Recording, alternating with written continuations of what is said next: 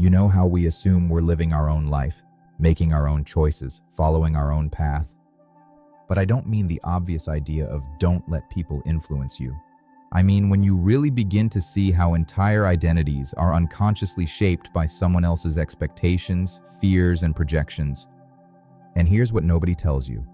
The moment you realize this, everything you thought was you begins to crack open. So let me ask you, how much of your life is genuinely yours? Subscribe to Plato's Philosophy YouTube channel so you never miss the next awakening. Nobody tells you this, but some of the most sensitive, introspective, deeply aware people are the ones most likely to get trapped in someone else's illusion. Not because you're weak, not because you're naive, but because you care, and caring makes you porous. Do you ever feel like you're living according to rules you never agreed to? Do you ever sense that your emotional burdens feel suspiciously like they originated from someone else?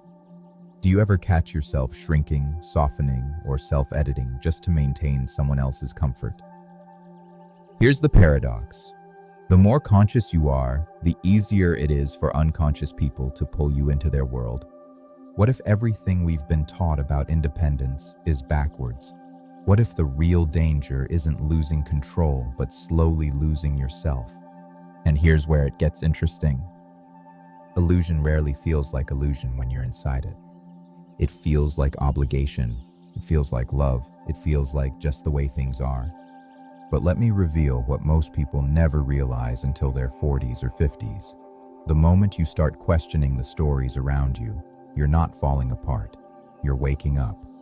Let me share with you the 7 signs you're not living in your own reality, but inside someone else's. Let me share the 7 signs.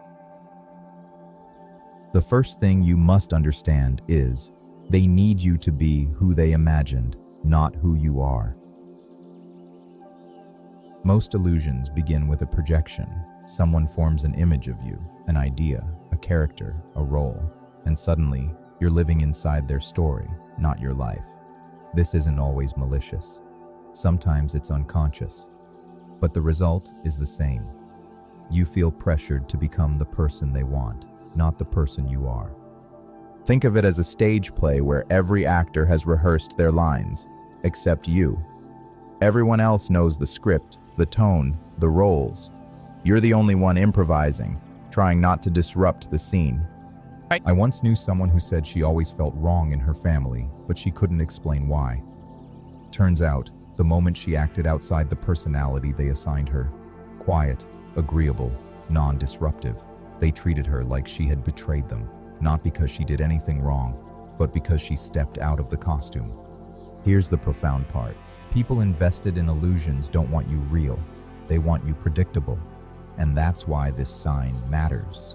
If someone reacts negatively to your authenticity, you're not in a relationship. You're in their illusion. The second, even more important sign, you feel responsible for their emotions. This is one of the clearest indicators. When someone else's disappointment feels like your failure, when someone else's anger feels like your shame, when someone else's anxiety feels like your duty to soothe, you're no longer living inside your emotional world, you're living inside theirs.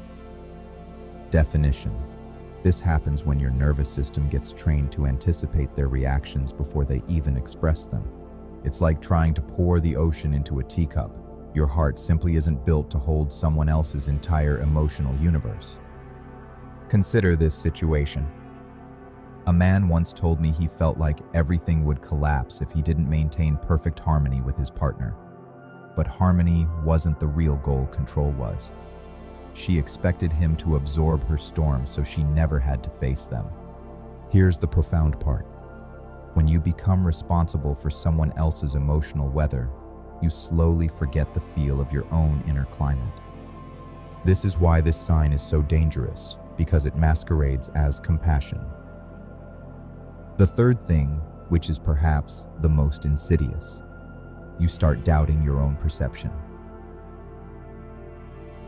This is where illusions get deep.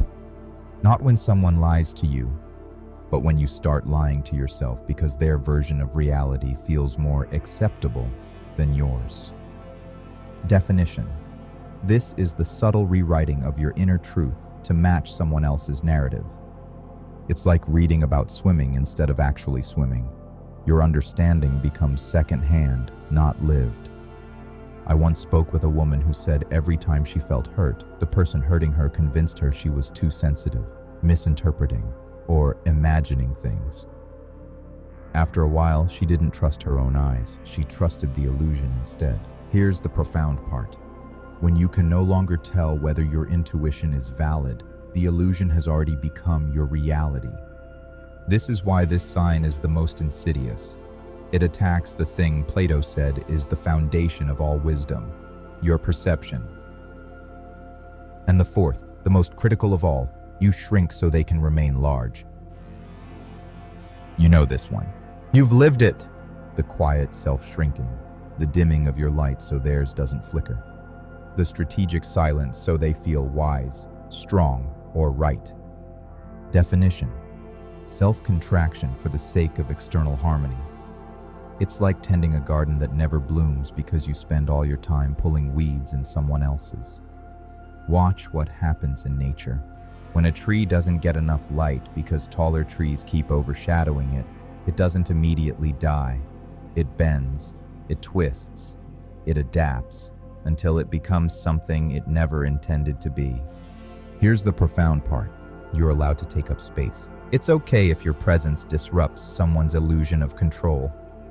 There's no shame in refusing to shrink. This is why this sign matters. Self-shrinking is not humility. It's spiritual suffocation. The fifth sign. You can't tell where your needs end and theirs begin. This is when the boundaries dissolve. Their preferences become your habits. Their opinions become your default.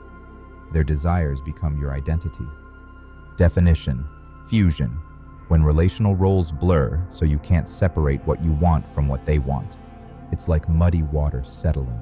When the water is agitated, you can't see the bottom, but let it grow still, and the truth becomes visible. Consider this example.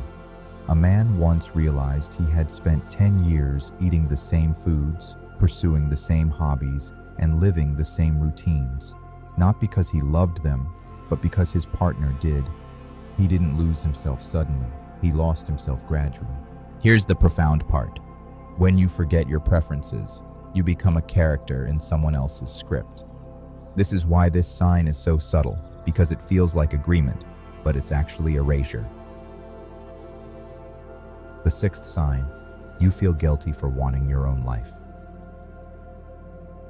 This one cuts deep, because guilt is the glue that holds illusions together. Definition: guilt conditioning happens when you're trained to believe your independence is a betrayal. It's like the finger pointing at the moon. The illusion points you away from the real truth and convinces you the finger is the truth. Consider this scenario. A young man wanted to move to another city for opportunities. His family said, "How could you leave us, after everything we've done?" They didn't ask what he wanted. They asked why he wasn't fulfilling the role they imagined for him. Here's the profound part. Your desire isn't disobedience. Your independence isn't abandonment. Your growth isn't betrayal. This is why guilt is such a dangerous sign. It keeps you nostalgic for a prison. The seventh sign. You feel an unexplained exhaustion around them. This is the body speaking. Long before the mind catches the illusion, the nervous system feels it. Definition: energetic drainage caused by sustaining a false self in someone else's reality. It's like swimming with weights tied to your ankles. You can still move, but every motion is heavier than it should be. Consider this example. A woman told me she felt tired for no reason every time she visited her family. She thought it was emotional sensitivity. It wasn't. She was exhausting herself trying to keep their version of her alive. Here's the profound part. Your fatigue is wisdom. Your exhaustion is intelligence. Your body knows when your soul is being compressed. This is why this sign is the final and most undeniable one. The body reveals the illusion before the mind admits it. So here we are, back to where we started. questioning how much of your life is truly yours.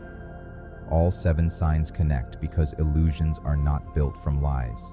They're built from expectations, from roles, from inherited scripts, from unconscious projections. The beautiful secret is this: the moment you recognize an illusion, it begins to dissolve. The spell only works when you don't see it. You are not broken. You are not failing. You're awakening from someone else's dream. And awakening always feels confusing before it feels liberating. This whole journey, every sign, every moment of discomfort, every whisper from your intuition, points to one truth. You were never meant to live inside someone else's idea of you. You're allowed to reclaim your perception. You're allowed to reclaim your inner authority. You're allowed to be the one who steps out of the cave and sees reality clearly. Because the paradox Plato taught is true. The more you let go of who others need you to be, the more you become who you truly are. The next time you find yourself adjusting, shrinking, or questioning your reality, pause. Remember what we've explored today. You are the universe experiencing itself through a singular, unrepeatable perspective. And it deserves to be your own, not borrowed, not imposed, not inherited. This is the dance we're all part of, and the journey never ends. Subscribe to watch our next episode on Why You Can't Save Everyone, Plato's brutal law of human nature.